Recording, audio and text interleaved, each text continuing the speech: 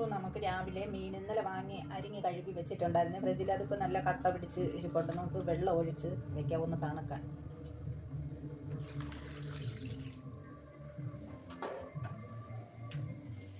ഇനി അവിയലിനൊന്ന് അരിഞ്ഞെടുക്കും. അവിയലിൽ അരിഞ്ഞ് കഴുകി എടുത്തിട്ടുണ്ട്. ഇനി നമുക്ക് അരയ്ക്കാൻ വേണ്ടിയിട്ട് പോവാം.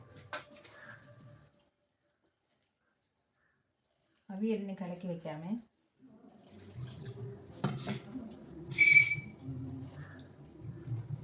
അപ്പോൾ അവിയൽ നമുക്ക് വെച്ച് കൊടുക്കാം. ഞങ്ങളുടെ അവിയൽ റെഡി ആയിട്ടുണ്ട്.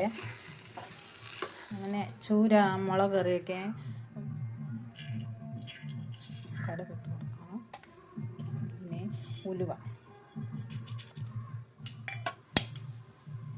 ചൂര മുളകിട്ട് കറി വെക്കാൻ വേണ്ടിയിട്ട് പിന്നെ ചെറിയ ഉള്ളിയും മുളകും ഇഞ്ചിയും വെളുത്തുള്ളിയും ഒന്ന് ചതച്ചെടുക്കാം. ഉലുവയും കടുവൊക്കെ പൊട്ടിയിട്ടുണ്ട്. നമുക്ക് ഇനി കറിവേപ്പിലയിട്ട് ചതച്ച് വെച്ചിരിക്കുന്ന ഉള്ളിയും പച്ചമുളകും ഇഞ്ചിയും വെളുത്തുള്ളിയും ഇട്ട് കൊടുക്കാം. കാശ്മീരി മുളക് പൊടിയാണ് 1.5 സ്പൂണ്, മല്ലിപ്പൊടി 1 സ്പൂണ്, ഉലുവപ്പൊടി ഒരു 1/4 സ്പൂൺ മതി, 1 സ്പൂൺ മഞ്ഞൾപ്പൊടി, കുരുമുളക് പൊടി. അപ്പം നമുക്കിതൊന്ന് വശക്കിയെടുക്കാം. എല്ലാം ഒന്ന് വശം വന്നിട്ടുണ്ട്. നമുക്കിനി കുറച്ച് ചൂടുവെള്ളം ഒഴിച്ച് കൊടുത്താലോ? പുളി ഒഴിച്ച് കൊടുക്കാനേ.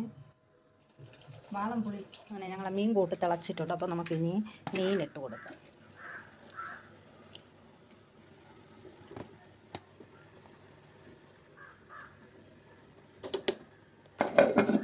ഹലോ ഗൈസ്, അങ്ങനെ ഞങ്ങളെ ചൂരക്കറിയൊക്കെ നല്ല വെന്ത് നല്ല വറ്റി വന്നിട്ടുണ്ട്.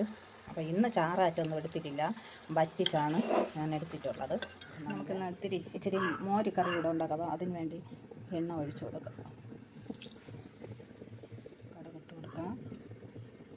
ചെറിയ ഉള്ളി അരിഞ്ഞെടുത്ത് കൊടുക്കുന്നേ. കറിവേപ്പില ഇട്ട് കൊടുക്കാം.